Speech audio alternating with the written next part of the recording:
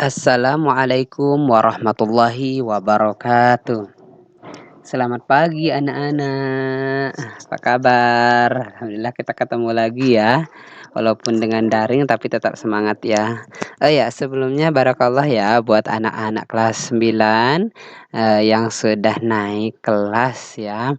Semoga di kelas 9 ini kalian lebih semangat lagi, lebih serius lagi belajarnya karena kelas 9 ini materi-materi yang akan disampaikan itu cukup serius. Kemudian nanti kelas 9 ini kalian akan menghadapi ujian akhir ya. Jadi semangatnya harus lebih ditingkatkan lagi dari yang sebelumnya ya. Selanjutnya di matematika kali ini kita akan masuk ke bab yang pertama yaitu kesebangunan ya. Kesebangunan. Coba anak-anak lihat ya, di situ ada gambar, ada dua gambar pemandangan yang sebenarnya gambarnya itu sama, hanya berbeda ukurannya saja ya, bentuknya sama. Tapi ya, selanjutnya kita akan mengenal kesebangunan dua bangun datar. Sama seperti tadi, ada dua gambar yang sama tapi bentuknya juga sama, tapi ukurannya yang berbeda. Yang di atas agak kecil, yang di bawah itu lebih besar sedikit ya. Nah, coba anak-anak lihat bangun-bangun di bawah ini. Nih, coba kita lihat, pilihlah bangun-bangun yang bentuknya sama. Berarti yang bentuknya sama. Kita lihat yang dari sini ya, anak-anak ya. M ini sama dengan yang mana ya? Oke, itu sama dengan N. Nah, sama kan bentuknya. Kemudian L. L ini sama dengan yang J. Nah, kemudian kita lihat D. D sama dengan yang C. Kemudian yang A itu sama dengan yang B. Nah, itu dia ya, tadi kita lihat bentuknya sama. Nah, kalau bangun-bangun, manakah yang sebangun? Nah, yang bangun-bangun di bawah ini. Kita lihat lagi ya, seperti tadi. Kita lihat yang bentuknya dulu sama. Kita abaikan dulu yang ukurannya ya. Ini tidak ada nama satunya. Ini Ustaz kasih nama A. Source-nya nih A. A, B, C, D, E, F ya. A ini sama dengan C. Ya kan? Kemudian B tidak ada. Kemudian E. E ini sama dengan D.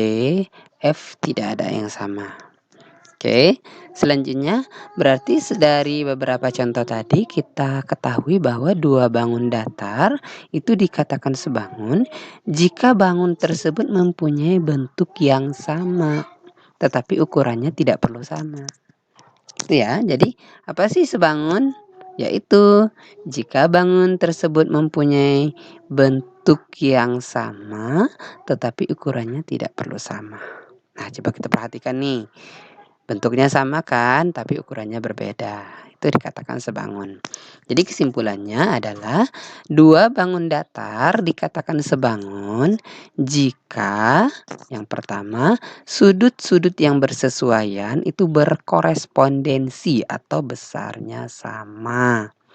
Kemudian yang kedua, panjang sisi yang bersesuaian berkorespondensi sebanding.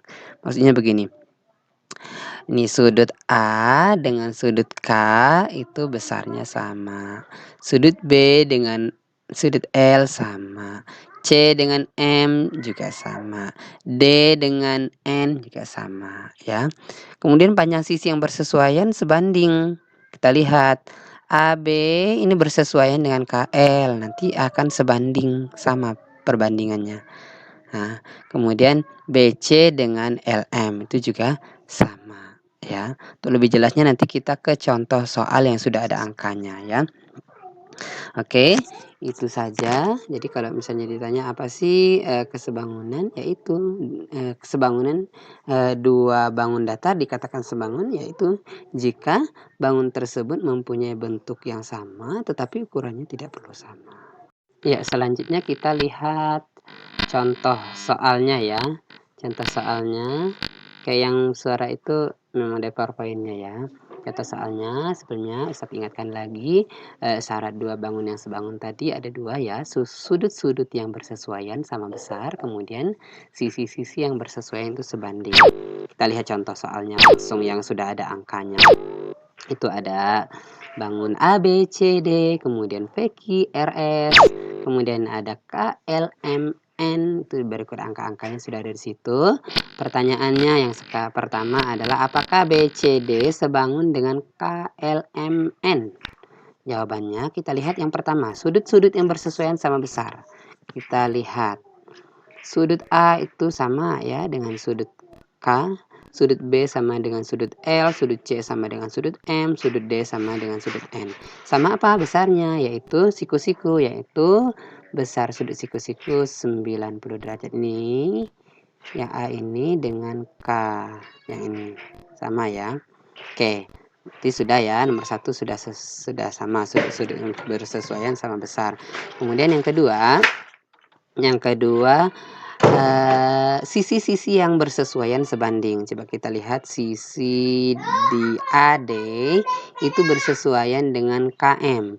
AD bersesuaian dengan KN maksudnya ya. Nah, AD berarti berbanding dengan KN, AD-nya 3 nilainya, kemudian KN-nya 9. Kita sederhanakan sama-sama bagi 3, 3 bagi 3 1, 9 bagi 3 3. Jadi 1 berbanding 3. Oke. Nah, selanjutnya AB akan bersesuaian dengan KL. AB tadi 5 di atas itu ya.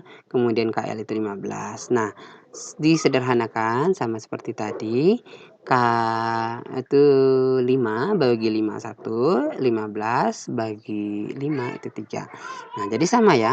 Maka AD berbanding KN itu akan sama dengan AB berbanding KL, yaitu 1 berbanding 3. Oke, semuanya ya, yang ini 1 berbanding 3, ini berbanding 3. Maka sisi-sisi yang bersesuaian itu sebanding.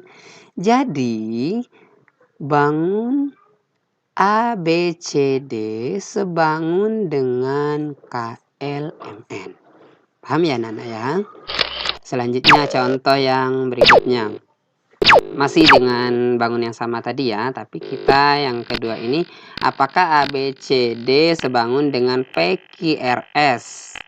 Lihat ya, sudut A dengan P sama, sudut B dengan Q sama, C dengan R sama, D dengan S sama. Dah, nggak ada masalah. Karena yang selanjutnya yang kedua tadi sisi-sisi yang bersesuaian harusnya sama besar perbandingannya. AD itu berbanding dengan PS. AD-nya itu 3, PS-nya 5. Berarti 3 berbanding 5 tidak bisa disederhanakan. Oke, lanjut. Kemudian AB bersesuaian dengan VQ kan? AB-nya itu 5. Ini AB-nya itu 5, VQ itu 10.